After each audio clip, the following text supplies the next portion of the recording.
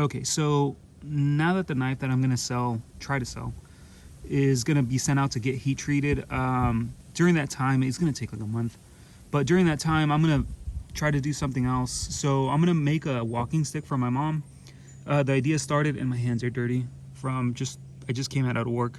So, but the idea started from this piece. I have no idea what this thing is for.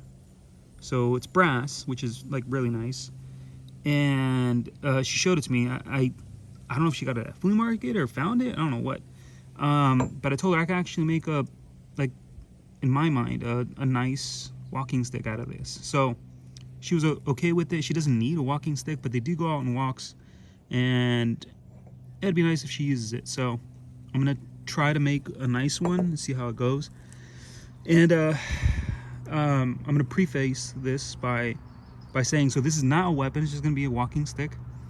But I'm gonna start off with this, which is a bow staff. And it's not gonna be that long, but I'm gonna cut it at a certain point. So it's made out of Appalachian hickory, and it's by White Wolf. It's an octagon, which is pretty cool. I'm gonna start with that, so it's nice and sturdy. And then I'll go from there. I'll add different things to it. This will be on the top. I have to figure out what the tip is gonna be, but yeah, we'll start with just hand carving the tip so that it actually fits in there. All right, so first I just traced the outline of this thing, and I'm just gonna carve out the sides, and then I'm gonna flip it and then trace it like this, and then carve out the sides. So it's gonna be kind of squarish in the end. I'll show you that. I forgot to show you what the knife I'm using for this. So I'm using this knife. It's just 80 CRV2. I've been carrying this thing more than any of my other knives. I don't know why exactly, but I have. But it's good if you want to become proficient with a knife. Just use it for everything, and you'll basically know.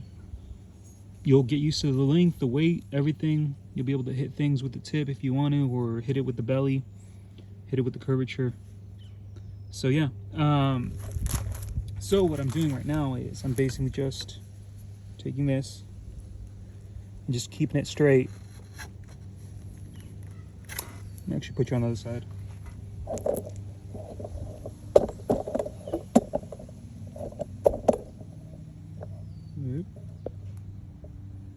There we go. Just trying to keep it straight. And then just shaving it. I'm gonna try to get it so I don't want to hear that splitting sound. I could just use my power tools, but I don't want to. I could just shave this off. Just using the sander, but I don't feel like it right now. So I'm going to do that all the way to here. I'm not gonna get right to the line, and then like I said, I'm gonna flip it and then do the width. All right, so here's the carving. Not that super nice, but it's okay. It fits really well, so that's good. I still have to smack this down, but before I do that, there's a next step I want to do with this dome, and I'll show you that in a second. But I have to do that, and then I have to put a pin in here, and then I have to put a screw here, and I have to reduce all this. So the reducing of all this and then rounding out of the handle is going to be done with my belt sander. So, all right, so next up is the dome. All right, so this is not a weapon, but we're going to enhance it just a little bit.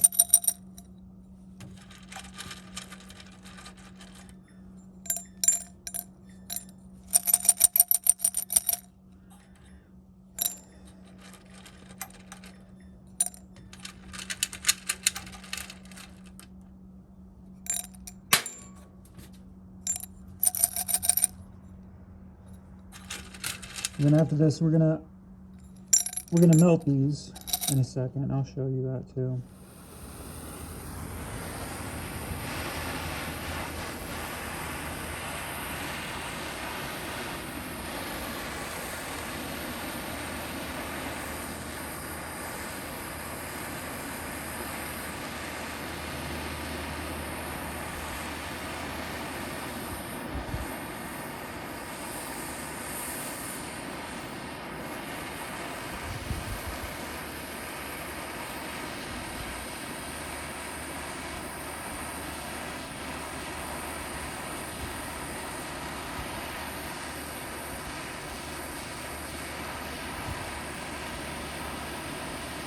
All right, so I can see in there,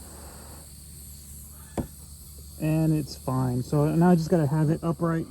It seems to be melted already. Just have to keep it upright until it solidifies. All right, cool. All right, so I'm just gonna leave it there for a bit. Lead has a lot of mass, of course, so it's gonna take a while for it to cool down. I don't want to put it in water because in my mind, the lead will separate from the brass if I do. I just want to let it cool by itself. So I'm just gonna leave it there, and I'll come back to it. Okay, so it's time to put on the pin, and I'm going to put just a regular brass pin. I want it to match. Whoop. So yeah, we'll use this. All right, so here's the pin. All right, now next up, now I've actually got to work on the wood. So, yep, got to shape it. That's going to be just done on the belt sander. And I don't have a lathe, which would be perfect. But yeah, we'll see what happens. All right, so I'm going to start shaping this. I could draw lines, like tapered lines on this, but I'm just going to go by eye. I have to reduce it here a lot, here in the front. This is in the middle straight, so when I did carve it, I kept an eye on that. So that is a plus, that does help. But this is a little bit slightly curved inward. We'll see how that works out. All right, so yeah. I'm gonna use this thing for it, the belt sander. Okay.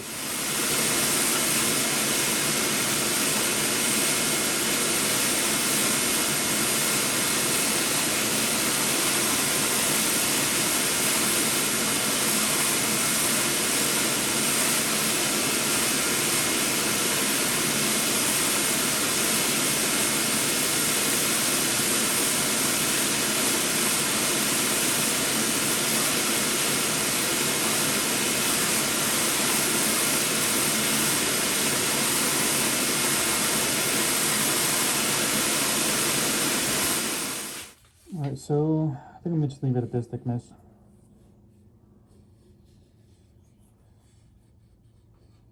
And now I have to concentrate on here, this little area here. Gotta reduce this down more.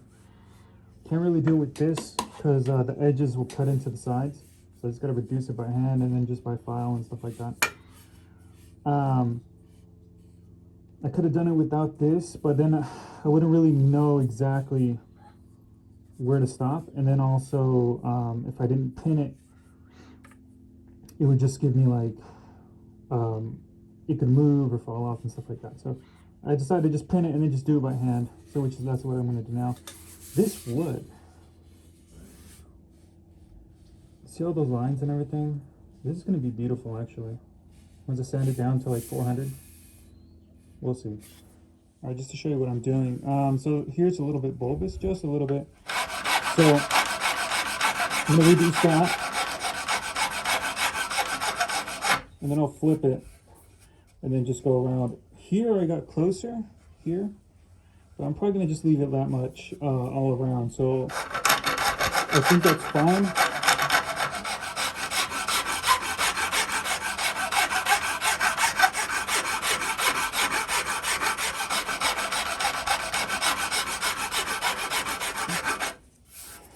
Okay, yeah, I think that's fine. We'll flip it.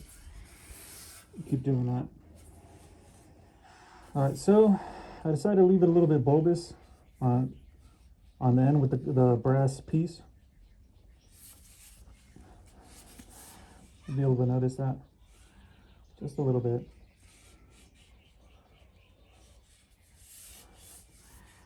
I still have to round this out a little bit here, all around. What kind of sucks is I kept finding dead spots, and by dead spots I mean like, let me find one first before I show you. Like this right here. So this would like splinter and go away like super fast. It's a lot. It's not as hard as everything else. Here's another one. So this is kind of like rotting, I think. Little areas that it got rotten on the inside. This is like pretty deep in there, so, and I didn't find it until I got towards this little line. So it's kind of like a vein that goes across. I don't want to go any deeper though. The tip is fine, but it might be this line right here maybe. I don't know. But whatever. Still okay. So yeah, next up is I gotta round this out, and then I gotta sand everything by hand. So yeah, I'll show you that. All right, so this is where I'm currently at. I just started at 240, just because it's softer wood than what I'm used to, and it seems to be doing fine. So I'm at this current step. You can see all those lines. That's like super nice. I don't know if I'll put linseed oil on this or not. We'll see. Maybe yes. Or I could probably just let it just tarnish by itself, which would be super nice too. But linseed oil, I guess, would protect it. We'll see. All right. So this is at 400.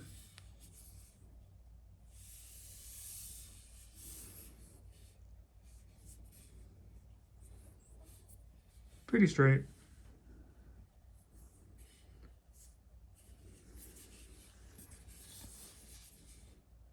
It is bulbous on the end. It is slightly curved inward on the end. But yeah. So last look before I actually put linseed oil on it.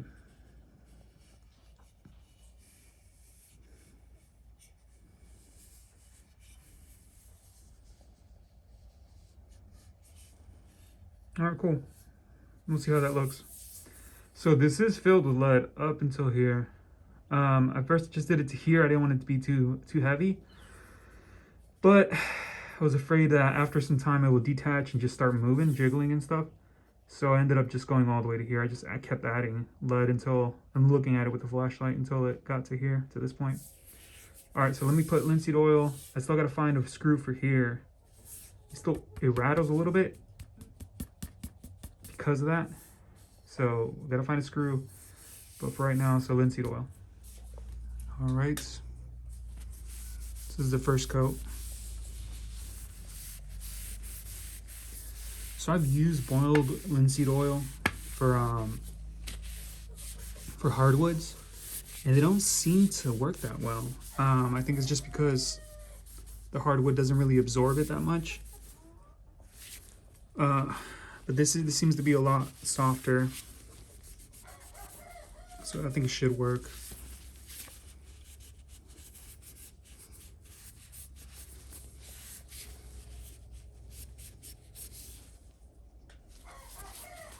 So I'm going to do one coat now,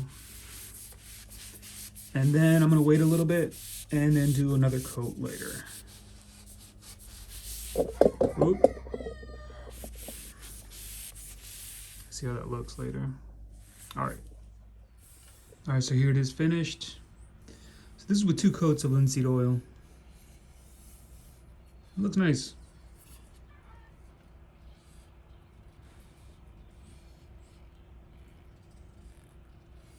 A lot of weight in the front, on the top. Now for the pièce de résistance. Nice. So let me just back this up so you can see it.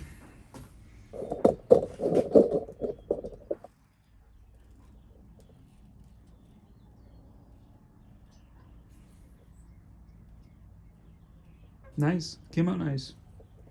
All right, so yeah, so any questions, suggestions, let me know. All right, so I decided to do an update on this. It's been a week since I finished it. My mom has taken out to walk, and she didn't like the tennis ball, but it wasn't too heavy. I told her too that if in case I could always melt the lead out of this. She thought it was fine. But the main reason I'm doing this update is because, so I did find a screw for this, and I was hoping for a Phillips screw, but this is what I found that fit everything I needed, that I had, that was brass. So, but once I put this in, I mentioned rattling when I was making this thing, and I thought that the rattling had to do with this screw missing, that this piece here was rattling up against the wood. And it turns out that the ball of lead inside, it shifted, it's moving inside. So so the thing is, I'm not really sure how I would like fix that if I wanted to. So first of all, my idea was to, so anything mostly will expand when it's in liquid form, except water, I guess. I don't know if there's anything other than water. But so I was thinking, okay, the lead's gonna expand, and so will the brass because it's gonna get heated up. So I was hoping they would contract together or close enough together, or whatever, to keep the ball from moving. The second thing I did was I kept on adding lead until I got to this point here, to also keep it from spinning around freely in my mind, because it would have more surface area, instead of just keeping it like halfway or something like that. Other than that, if I do try it again, I'm thinking maybe having this cooled off in water and then pouring lead in while it's already like melted, and then maybe keeping this from contracting completely, and then having the lead just harden as soon as it hits the brass. I don't know if that would make a difference, but I wanted to just do this little update just in case anybody, you can't hear it, but nah, you can't hear it. But I just want to do this update just in case anybody decides to try it themselves. And if you do find a solution, let me know. Okay, all right, bye.